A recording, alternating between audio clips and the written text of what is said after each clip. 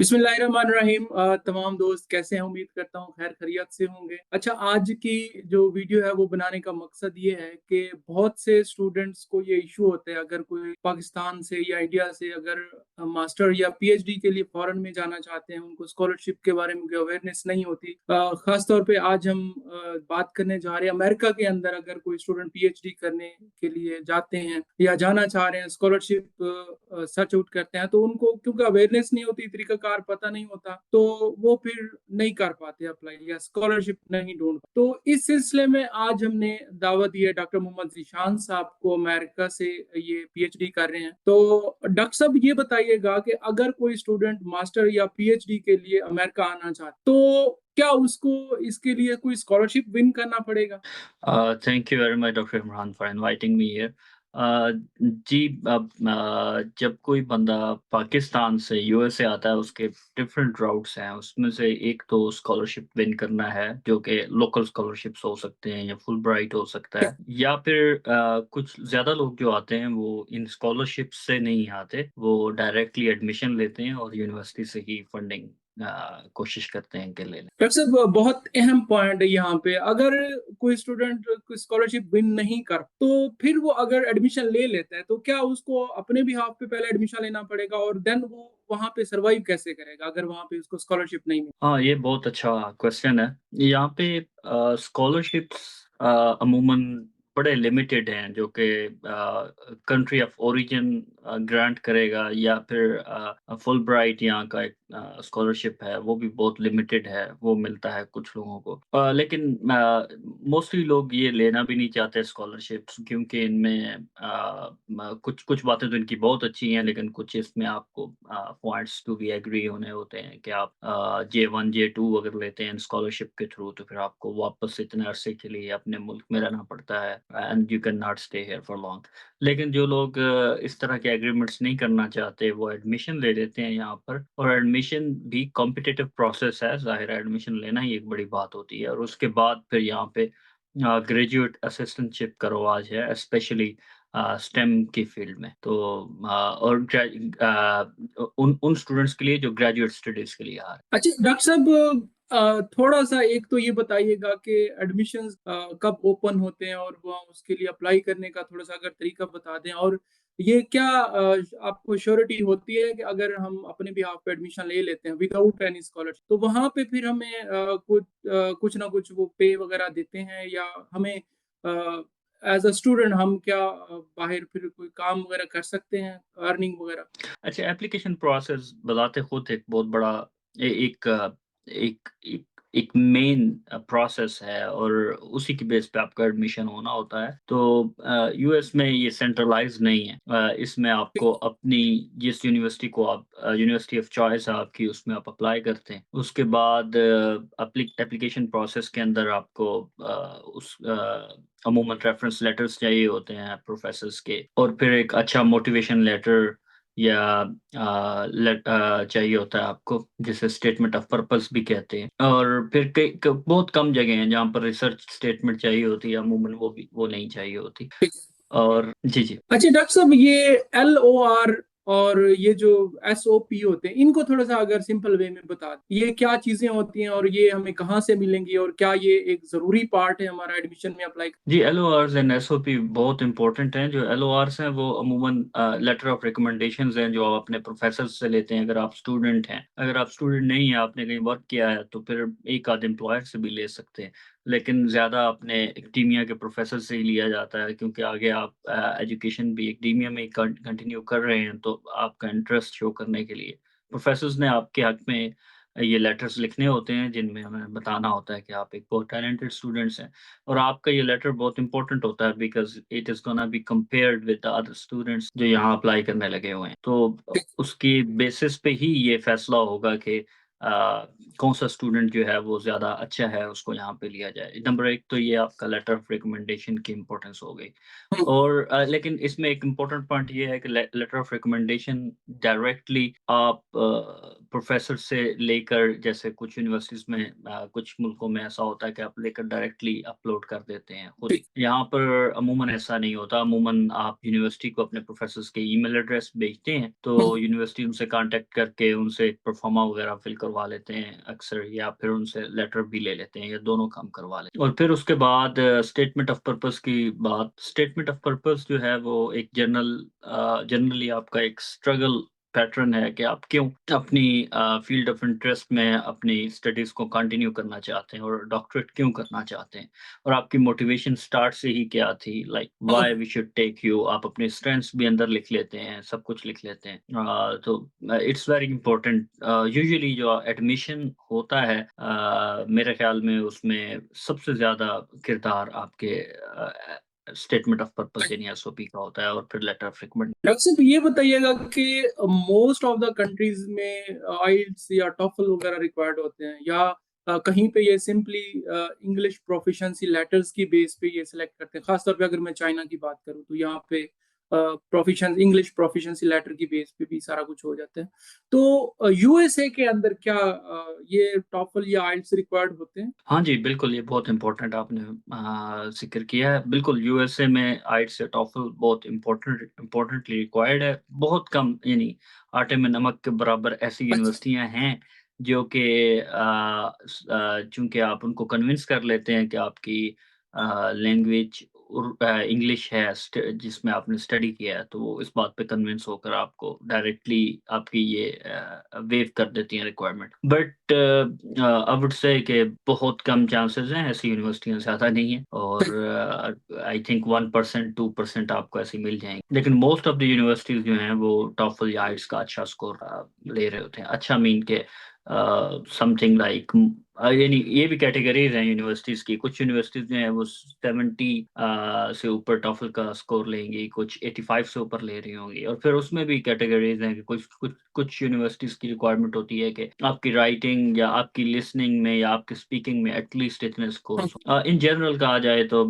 जो आइट्स है, उसका 6.5 से ऊपर बैंड्स हों, सारे मिला के भी और अकेले-अकेले भी, ठीक। तो अमूमन आप मोस्ट ऑफ द यूनिवर्सिटीज़ में एलिजिबल हो। अच्छा डॉक्टर साहब अगर किसी को एडमिशन मिल जाता है पीएचडी तो क्या वो अपनी फैमिली को भी साथ लेके आ सकते हैं और बच्चों वगैरह को भी साथ लेके आ सकते हैं अपने पास रख सकते हैं वहां पे? ये बड़ा इम्पोर्टेंट क्वेश्चन है, और ये गलतफ़हमी भी है कुछ लोगों को कि शायद ये ज़रा मुश्किल प्रोसेस होता है यूएसए में, but it is very simple and easy. जब आपका एडमिशन हो जाता है, तो फिर आपको अपने फंड्स शो करने होते हैं कि आपके पास इतना फंड्स हैं कि आप अपने बच्चों को और अपनी फैमिली को यहाँ पर फैसिलिटेट कर सकते हैं। तो जैसे ही आपका वीज़ा होता है, तो आपके साथ ही आपकी फैमिली का भी हो जाता है, तो लोग बच्चों के साथ भी और पूरी पूरे ख़ानदान के साथ मूव करते हैं, मियाँ-बीवी और बच ऐसा होता है। अच्छा डॉक्टर साहब वीजा का जिक्र किया आपने तो काइंडली थोड़ा सा ये भी बता दें कि वीजा का क्या प्रोसेस है मतलब क्या क्या हमें इजीली मिल जाता है इसके लिए? वीज़ा तो किस्मत पे डिपेंड करता है, कुछ लोगों को नहीं भी मिलता। लेकिन अमूमन जब आपकी फंडिंग हो, आपके पास फाइनेंशियल जो है वो सपोर्ट मौजूद हो, और साथ में आप ये भी प्रूव कर पाएँ कि आपके पाकिस्तान में स्ट्रॉन्ग रिलेशंस हैं and you are gonna come back, like आप आपकी आपकी रूट्स पाकिस्तान के साथ ज़्यादा अच्छी हैं, तो वीज़ा आसानी से मिल जाता है। लेकिन यही 2 पॉइंट्स आई थिंक सबसे इम्पोर्टेंट होते हैं कि आप एक तो ज़ाहिर है जो स्टूडेंट्स हैं, जो पढ़ना चाहते हैं, आई थिंक उनका बैकग्राउंड तो बहुत क्लियर होता है, वो किसी एक्टिविटी में तो मुलव्वस रहे नहीं। तो ये सब कुछ होने के बावजूद भी आपको साथ में ये प्रूव करना होता है कि आपके पास इतने फंड्स हैं कि आप यहाँ पे सर्वाइव कर पाएँ। जो कि अमूमन अगर स्कॉलरशिप है, तो स्कॉलरशिप आप उसके अमाउंट दिखा देते हैं। या अगर आपको यहाँ से कोई जॉब या ग्रेजुएट असिस्टेंटशिप ऑफर हुई है, उसका लेटर दिखा सकते हैं, या आपके आपके बैंक में कुछ पैसे पड़े हैं, तो वो भी दिखा सकते हैं। तो इस तरह फाइनेंस आप क्लियर करते हैं। फिर आपको ये क्लियर करना होता है कि आपके आपकी मदर कंट्री के साथ बहुत अच्छे रिलेशंस हैं, आप वहाँ पे वापस आना चाहेंगे। तो सो अगर ये दो पॉइंट्स आप अच्छे तरीके से प्रूव कर लेते हैं तो मोस्ट ऑफ द चांसेस यही है कि वीजा मिल जाता है, बट स्टिल लाइक वीजा एक डिफरेंट टॉपिक है यूएस का वीजा। बिल्कुल वैसे। लेकिन जो यूनिवर्सिटी का एडमिशन है वो बिल्कुल डिफरेंट टॉपिक। अच्छा डॉक्टर साहब, क्योंकि एज आप जो है ना एक कामयाब मिसाल है हमारे सामने कि आप जो है ना पीएचडी कर रहे हैं माशाल्लाह से अमेरिका से। तो डॉक्टर साहब ये थोड़ा सा अपने बारे में, अपनी जर्नी के बारे में, अगर हमारे जो देखने वाले स्टूडेंट तबका है या पेरेंट्स हैं जो ये चाहते हैं हमारा बच्चा जो है, बच्चा या बच्ची यूएसए से पीएचडी करे, तो उनको थोड़ा सा अपनी, अगर अपना जर्नी बता दें ताकि उनको पता चले कि क्या तरीकाकार। हाँ, सो ये शायद मेरा जर्नी जो है वो से कुछ फायदा हो जाए। तो नंबर वन तो ये कि मेरा जो बीएस है वो सरगोदा यूनिवर्सिटी से है, जो कि एक आम गवर्नमेंट यूनिवर्सिटी है। ठीक ठीक। Like it's not like something के एक बहुत बड़ा कोई प्राइवेट इदारा है जैसे लम्स वगैरह, काफी बहुत बड़ा इदारा था, तो वहां से काफी लोग जाते हैं अमेरिका में। तो उसके बाद मेरा एमफिल जो है वो जीसी यूनिवर्सिटी फैसलाबाद से है, वो भी गवर्नमेंट का ही इदारा है। और फिर उसके बाद मैंने यहाँ अप्लाई किया, फिर मैं पाकिस्तान में जॉब की, ज़्यादा जॉब्स की दो तीन जॉब्स की, और उसमें गैप आया काफ़ी स्टडी में भी। लाइक मेरा 2017 में जीटीयूएफ से मास्टर्स हुआ था, और जबकि मैं यहाँ पे 2020 में आया, जो 3 इयर्स का गैप है।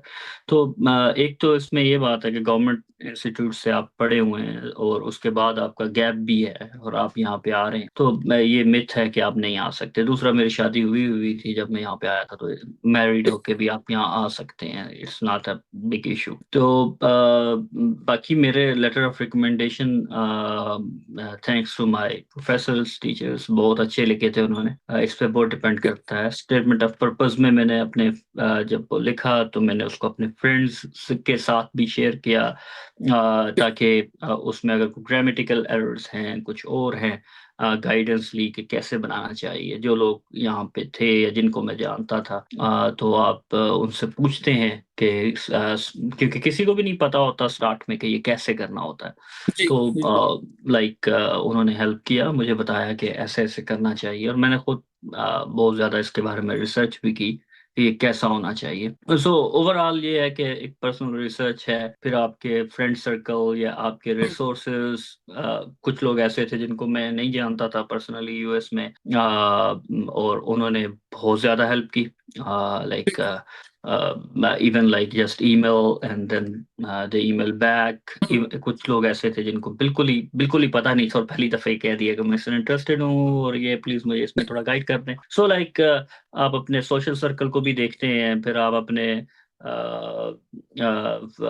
इंटरनेट रिसर्च सब कुछ मिला जुला के तो जर्नी जो है वो फिर सक्सेसफुल हो जाता है। तो हो गया। इवन कि मैं आ भी नहीं सका जब मेरा एडमिशन हुआ था, तो उसके बाद मुझे डिफर कराना पड़ा।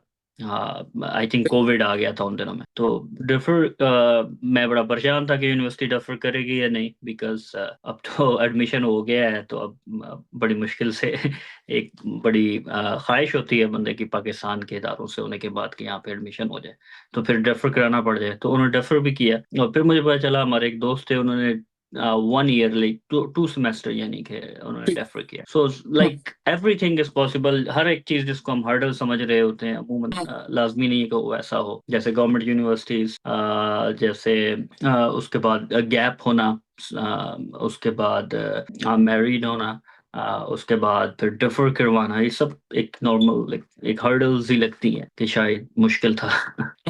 अच्छा डॉक्टर साहब, एट द एंड आप देखने वालों को या जो स्टूडेंट्स अमेरिका में पीएचडी के लिए आना चाह रहे हैं उनको कोई सजेशन देना चाहें कि वो क्या क्या चीज तैयार रखें अपनी, या कोई प्रोसीजर उनको बताएं कि वो उसको फॉलो करके आप जो है ना, ताकि जो इश्यूज लेट्स सपोज आपने फेस किए हैं, ताकि नए आने वाले जो स्टूडेंट्स हैं उनको ना फेस करना पड़े। तो एट द एंड आप उनको क्या कोई सजेशन देना हाँ, सबसे अच्छा तो ये है कि अगर कोई आप एक चीज को ज़हन में रखें, मतलब कुछ लोग जो हैं वो यूरोप जाना चाहते हैं, कुछ चाइना जाना चाहते हैं, कुछ ऑस्ट्रेलिया जाना चाहते हैं, कुछ चाहिए? यूएसए जाना चाहते हैं, कुछ कनाडा जाना चाहते हैं, लेकिन सब कंट्रीज ये जिनका मैं नाम ले रहा हूँ, अभी तो यूरोप में भी यूरोप और इंग्लैंड का फर्क आ गया, तो बहुत सारी ये तमाम कंट्रीज जो है इनमें अप्लाई करने के प्रोसीजर्स डिफरेंट हैं। तो सबसे पहले तो ये है कि बिल्कुल ही हर तरफ कुछ लोग होते हैं वो कहते हैं कि मैं इधर भी अप्लाई करूंगा उधर भी करूंगा, हाँ जी फलां बिल्कुल। यूनिवर्सिटी में भी फलां जगह पे। यूनिवर्सिटीज मल्टीपल कर लें लेकिन रीजन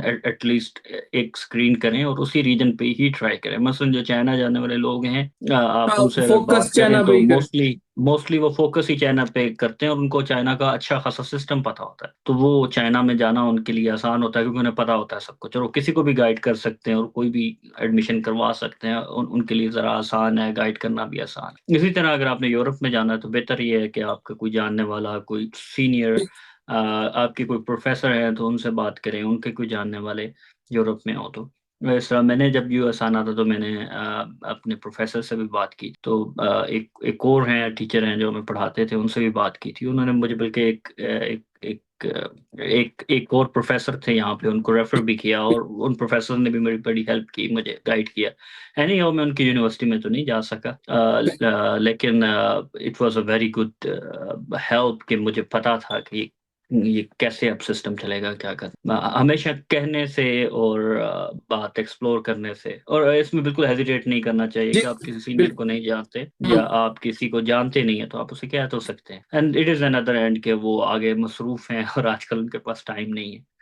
वरना अमूमन ये है कि जो लोग पीएचडी कर लेते हैं, और आई थिंक यूएस से या कनाडा से या चाइना से, किसी भी मुल्क से जो पीएचडी कर लेता है, आई थिंक वो थोड़ा हम्बल हो जाता है। तो मोस्ट ऑफ देम, सो आप उनको ईमेल करें तो आई थिंक अच्छा रिस्पॉन्स कर। बहुत शुक्रिया डॉक्टर साहब, थैंक यू सो मच, आपने अपनी मसरूफियत में से टाइम निकाला। Once again thank you so much. Thank you very much.